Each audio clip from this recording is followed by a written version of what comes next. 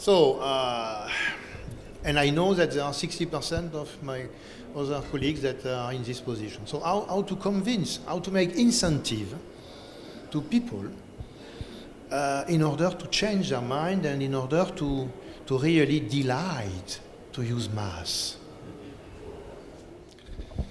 Yeah, that's one of the most important questions. So how do you change the mind, the habits? Very, very difficult. This is why I believe China will win this game. And they will win it because when you're speaking in China and you ask who of you in your family, parents had a car? Nobody. So cars are in China basically the last 10 years. And now they have a phenomenal backbone, a train, a high-speed train, and they have Didi and they have other things. So for them, this switch is much easier. My grandfather had a car. My father had a car. It's like, how do I live without a car? Again, that's why I have the kids. You know, my kids. I'm joking, but the students, you know, they just go. They sell the car. They don't buy it, and so forth. So in my team, most of the team members, they don't have a car. They live in the city, which is much easier than I'm a little bit outside. Yeah, I think we are moving into a phase where the kids will be learning, will be teaching us, and vice versa. It's a combination. It's a little bit like Greta, you know. So we need Greta to tell us things that kind of we failed to adopt. And I'm returning the favor. So I go to schools. And I teach people, before they buy their first car, I teach them mathematics.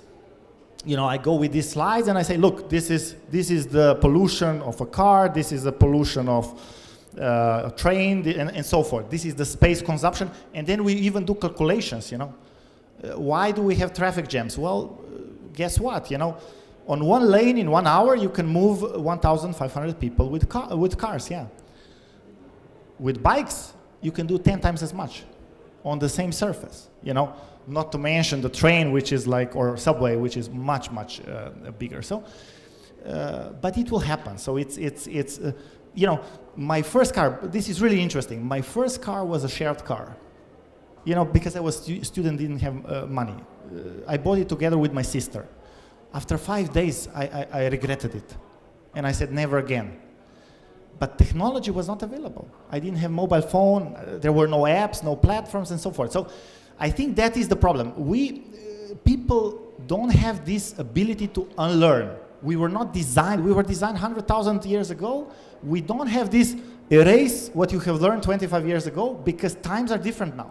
This is why essentially we need kids to tell us what is the right thing forward.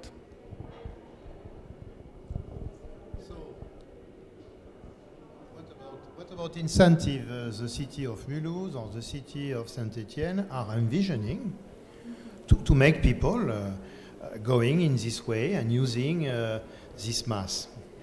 So, just to start, I was really interested before reading about behavioral science, and behavioral sciences say that even if you know that something is wrong, is bad for you, it's not why you are going to stop doing like this. So even if young people know that the car is a bad thing for our environment, maybe they won't change. I hope so, and it's going to keep going, but maybe one of the first steps to push people to use public transport, to use car sharing or other ways, maybe is to propose some car services on this mass application. For example, parking, or maybe a toll, or maybe fuel, to push them to use this mobility application. Maybe it is the first step to a change, to see, okay, I can check where are the fuel station with this app. Oh, there is also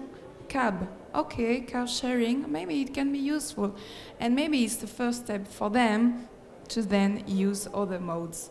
But it's a long way. I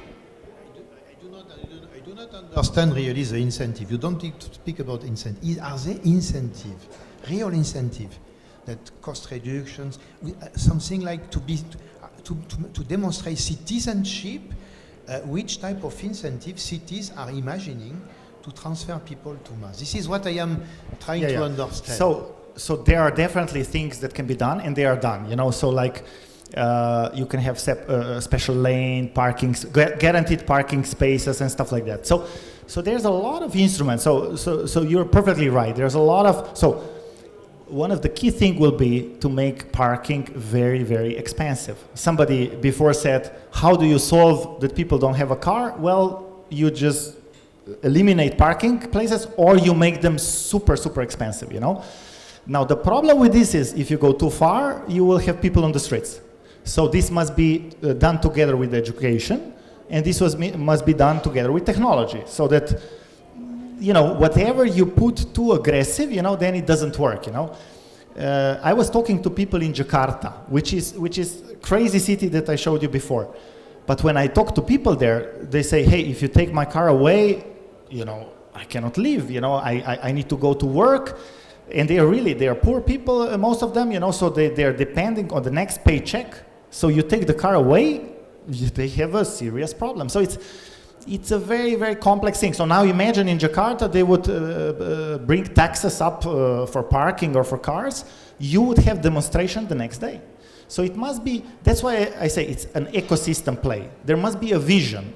City and government and players and so forth must sit together and say, look, this is the situation today.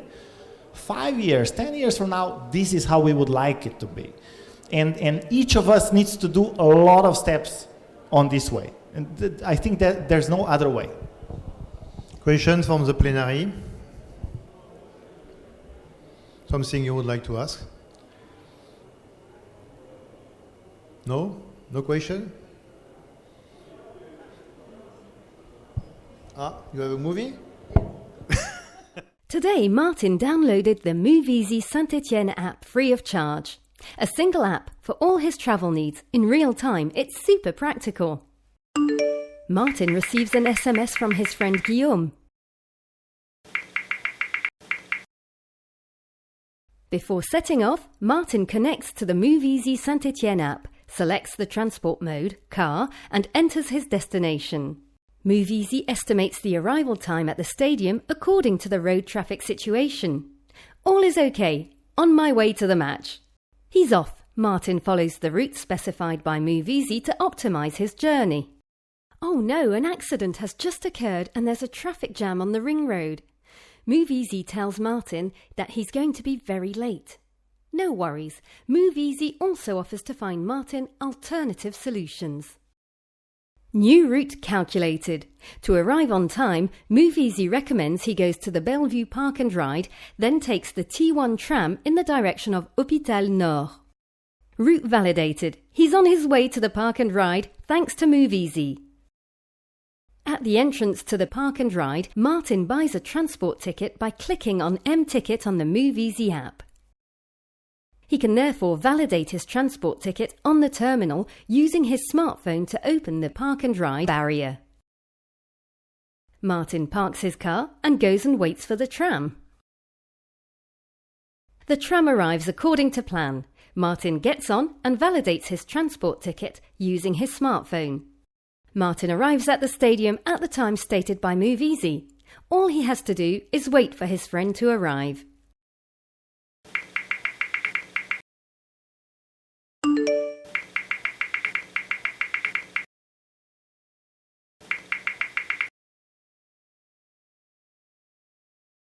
MoveEasy Saint-Etienne, a single app for all your travel needs. Okay, so you look like good.